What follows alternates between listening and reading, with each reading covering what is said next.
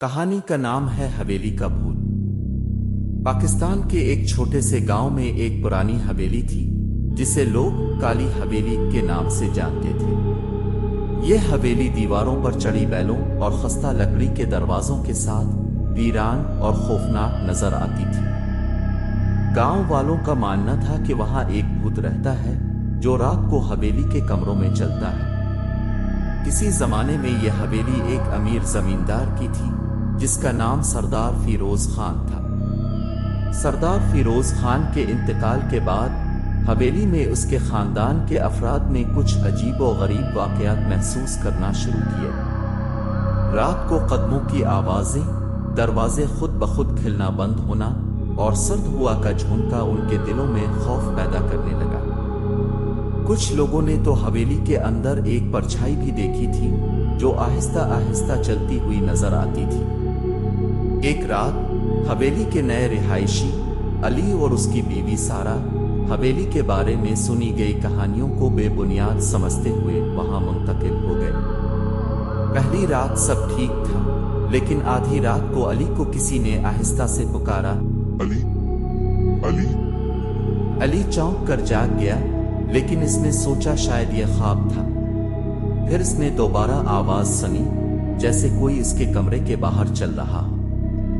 दूसरी रात जब वो सोने के लिए लेटे तो अचानक सारा ने दरवाजे की तरफ इशारा करते हुए कहा, वो देखो, वहां कोई खड़ा है। अली ने देखा कि दरवाजे पर एक धुंधली सी परछाई मौजूद थी। जैसे ही अली ने उसे देखा, वो परछाई कमरे के अंदर दाखिल होने लगी। अली ने हिम्मत जमा करके पूछा, कौन हो तुम?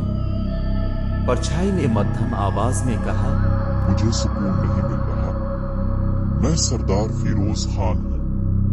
मेरे साथ धोखा हुआ था, मेरी दौलत लूट ली गई और मुझे इसी हवेली में कत्ल किया गया। अली और सारा के रोंगटे खड़े हो गए और वो कांपने लगे। सरदार फिरोज खान की रूह ने मजीद कहा, जब तक मेरा कातिल पकड़ा नहीं जाता मैं इस हवेली में भटकता रहूंगा। अली और सारा ने गांव के बुजुर्गों से मशवरा किया और हवेली के बारे में पुरानी कहानियां खंगालनी शुरू की। उन्होंने जाना कि सरदार फिरोज खान का कातिल उसका करीबी दोस्त था जिसने दौलत की लालच में इसके साथ धोखा किया।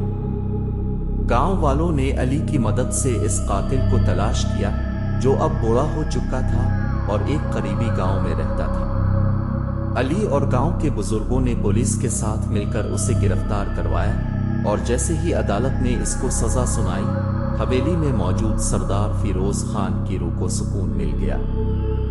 इस रात अली ने ख्वाब में सरदार फिरोज खान को मुस्कुराते हुए देखा जो कह रहा था, शुक्रिया, अब मैं आजाद हूं। इसके बाद हवेली में खौफनाक आवाजें आना बंद हो गई और ये फिर से एक परअमन जगह बन गई।